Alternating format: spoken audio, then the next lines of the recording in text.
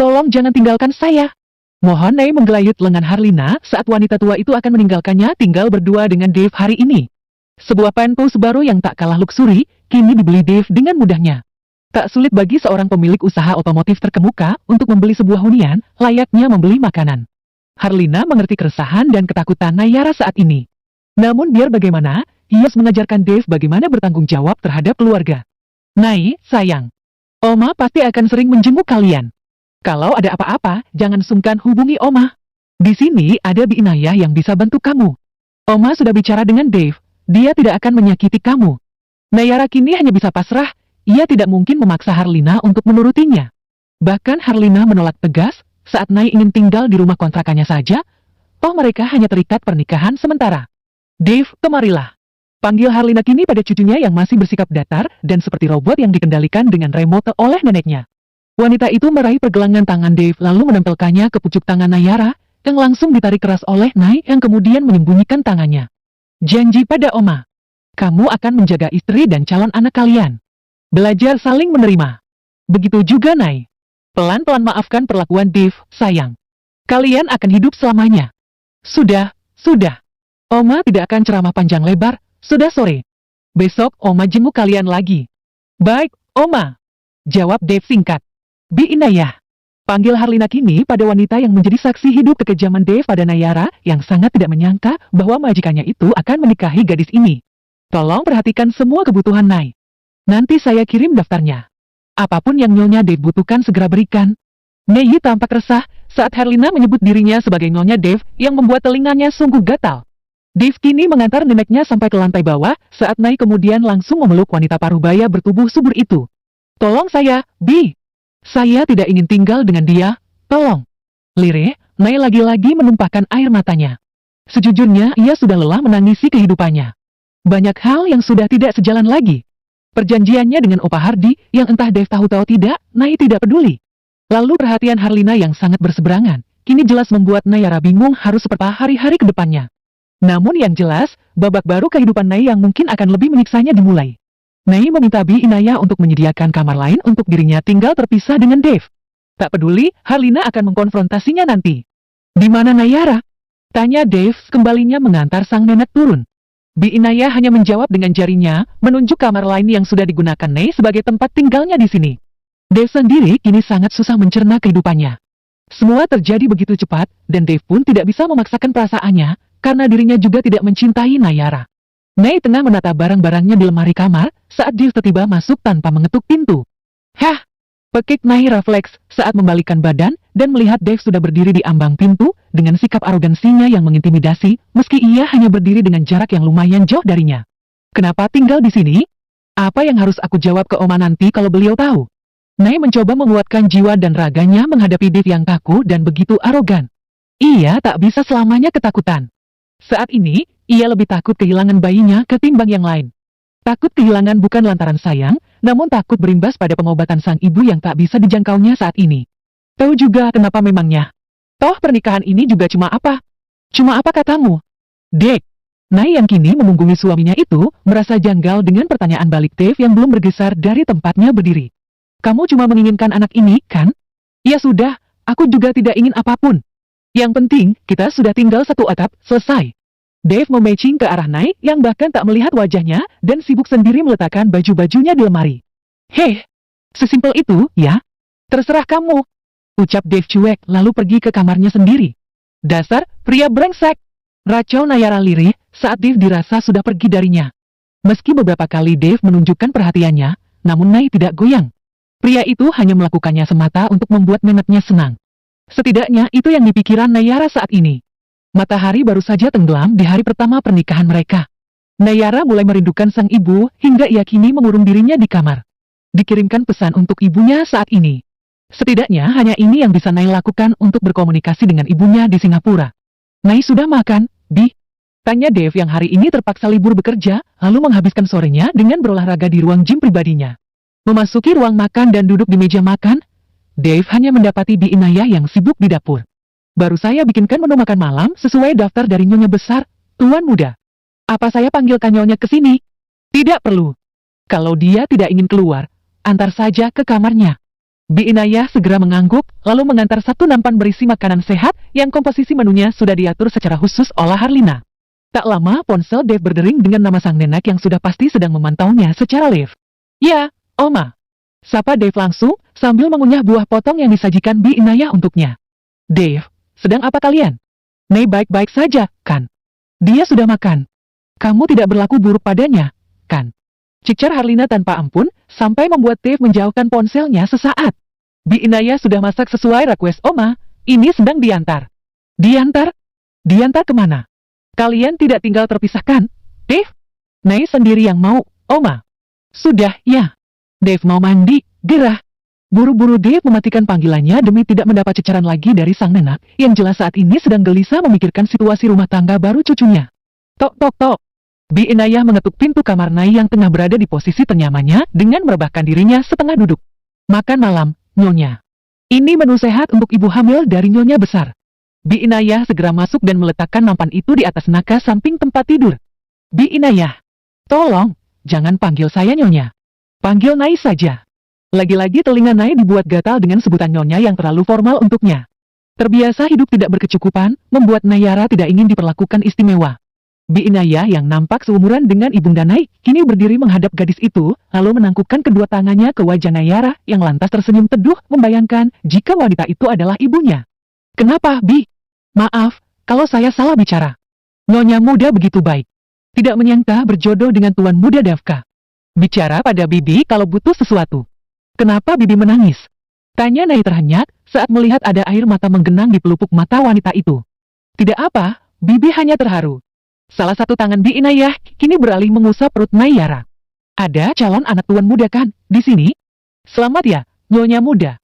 Kehidupan menjadi orang tua baru itu sungguh membahagiakan. Berdesir hati Nai saat seorang asisten rumah tangga saja begitu perhatian terhadapnya.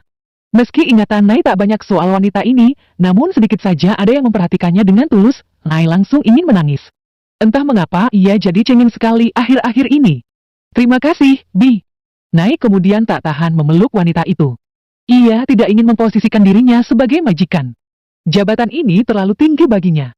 Tapi saya tidak menginginkan anak ini, Bi. Tiap kali saya mengingatnya, saya trauma. Ada kekejaman yang terjadi sampai anak ini ada. Tidak, Nyonya. Jangan bicara seperti itu. Bibi yakin Tuan Dave tidak bermaksud kejam saat itu. Dia hanya salah paham. Tetap cintai anak ini bagaimanapun kondisinya. Dia akan tetap tumbuh dan berkembang, menunggu kasih sayang kedua orang tuanya. Tuhan sudah punya rencana lebih indah, percaya sama Bibi. Malam sudah semakin larut, dan kini Nai mencoba memijam di tempat baru dengan fasilitas paling nyaman. Namun Nai jelas tidak bisa istirahat dengan tenang. Kegelisahannya akan pernikahan kontrak, lalu kehamilan yang cukup membuatnya tidak nyaman. Tinggal satu atap bersama Dave yang dibencinya, semua bercampur aduk di pikirannya saat ini. Dave sendiri pun merasakan hal yang sama di kamarnya. Tidak bisa terlelap, meski ia sudah berusaha memejam, namun bayangannya saat menyiksa Nai dan menyetubuhinya waktu itu kembali berputar. Hah? Kesal Dave kemudian memilih turun dari tempat tidur, berganti baju, lalu mengambil jaketnya. Pergi mencari kesenangan di luar, menjadi jalan ninjanya saat pikirannya sedang kusut. Ponselnya berdering di tengah malam saat Dave sedang menyahut kunci mobilnya.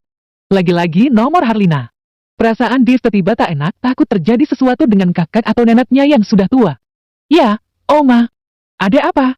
Apa Opa sakit? Dave, cepat sekali kamu mengangkat telepon. Malam ini tidak usah keluar rumah, apalagi pergi ke klub. Jangan lagi mabuk.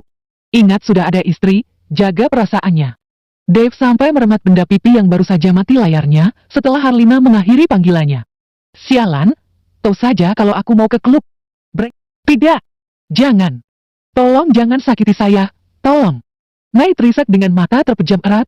Keringat dingin keluar dari pori-pori wajahnya. Tubuhnya menggeliat tak jelas. Jangan. Brakek.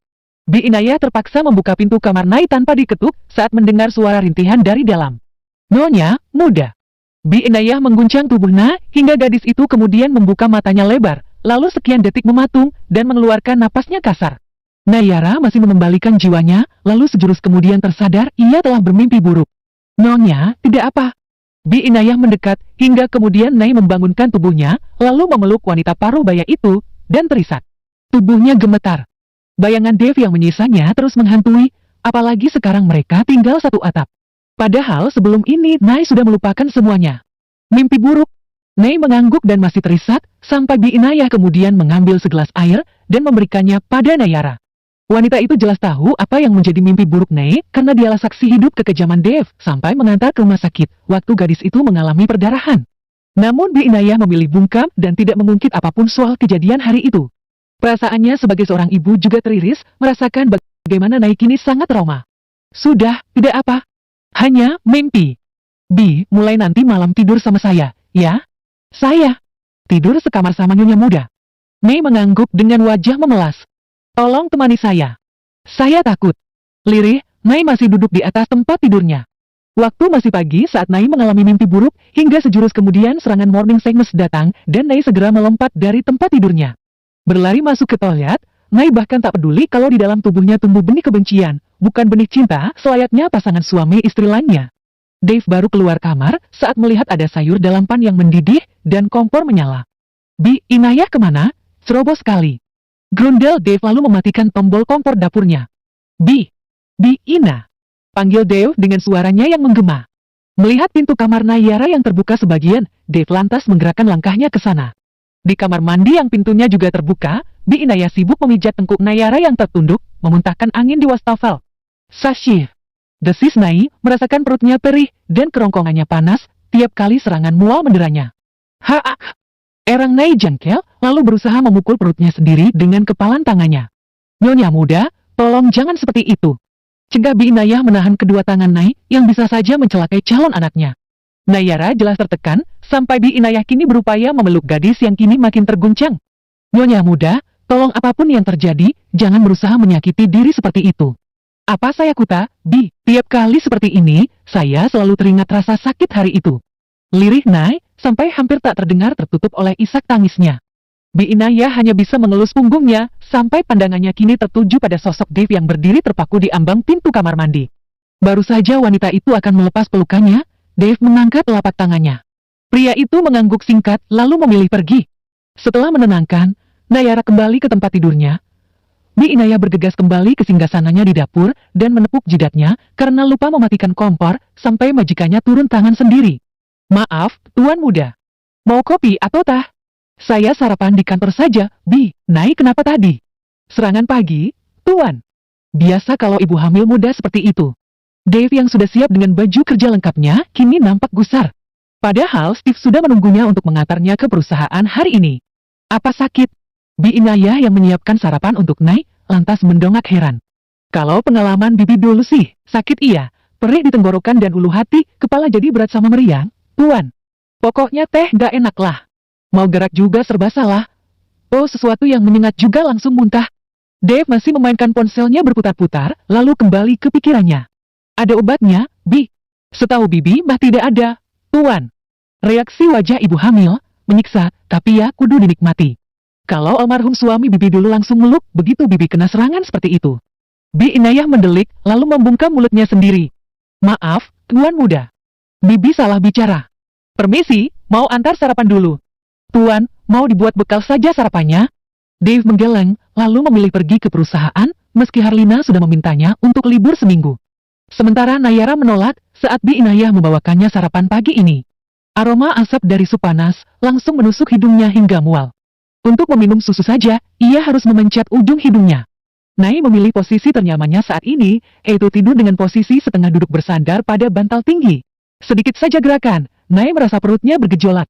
Nayara, ada di mana, Bi Ina? Apa dia baik-baik saja? Harlina datang berkunjung di jam 8 pagi, hingga membuat Bi Inayah kaget. Dengan gajah anggunnya di usia yang tak lagi muda, Harlina berjalan dengan flat shoes-nya, mengikuti kemana Bi Ina menunjukkan jarinya. Ada di kamarnya, nyonya besar.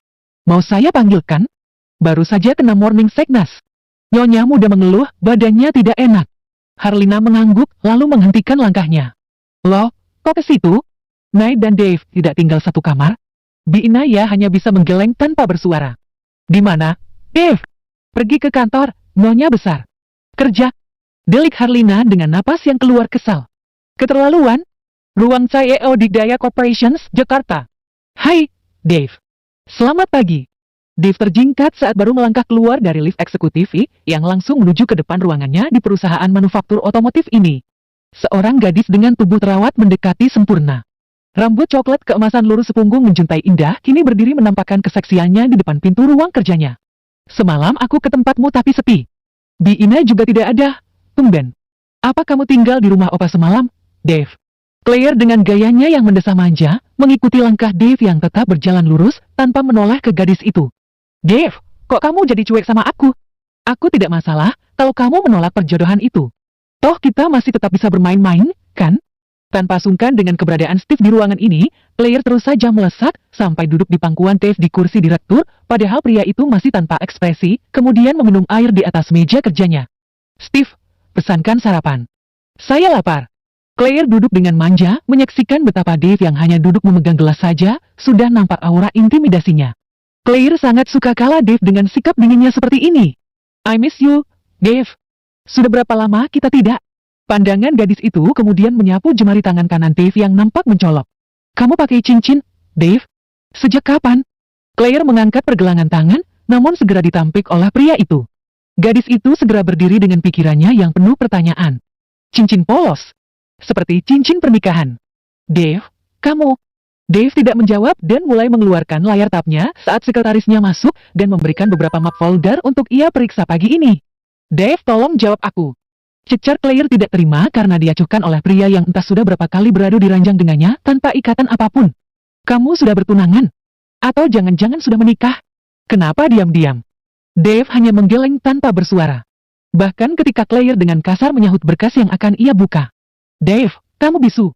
Justru aku yang patut sakit hati karena menolak perjodohan malam itu. Tapi ini kok malah kamu yang tidak mau bicara. Katakan, aku salah apa? Aku kurang apa dalam melayanimu di ranjang? Memijit pangkal hidungnya yang tiba-tiba terasa berat, Dave sudah mendongak akan bicara saat ponselnya berdering. Oma, 3 huruf yang terpampang dan tidak berani ia tolak, atau abaikan panggilannya. Iya, Oma. Apa? Ke dokter. Dave nampak berpikir sejenak dan ragu. Namun suara sang nenek yang tak bisa dibantah, kemudian membawanya untuk menutup kembali pekerjaannya. Iya, Dave susuk ke sana. Mau kemana? Tanya Claire waspada. Claire, mulai hari ini jangan mencariku lagi. Cari pria lain yang bisa bermain denganmu. Apa? Maksud kamu apa? Dave menghubungi Steve untuk segera kembali menjemputnya. Silahkan, pintu keluar sebelah sana. Aku ada perlu. Aku rasa tidak perlu mengulangi lagi. Jangan mencariku, hari ini dan seterusnya, oke? Kamu mengusirku.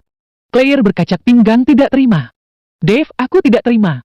Berang gadis itu menghadang langkah Dave yang akan keluar dari ruangannya sendiri.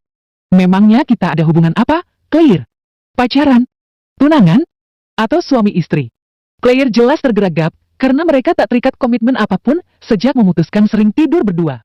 Menepilah, aku tidak ingin berdebat.